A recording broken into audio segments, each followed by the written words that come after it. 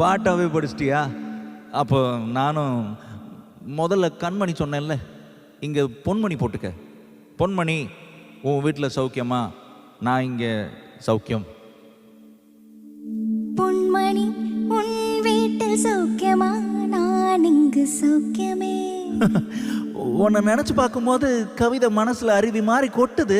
ஆனால் அதை எழுதணும்னு நினைக்கும் போது தான் அந்த எழுத்து தான் அந்த வார்த்தை. அது உன்னை எண்ணி பார்க்கையில் கவிதை கொட்டுது, அதை எழுத நினைக்கையில் வார்த்தை முட்டுது. அதேதான். ஆஹா, பிரமாதம். கவிதை கவிதை படி. கண்மணி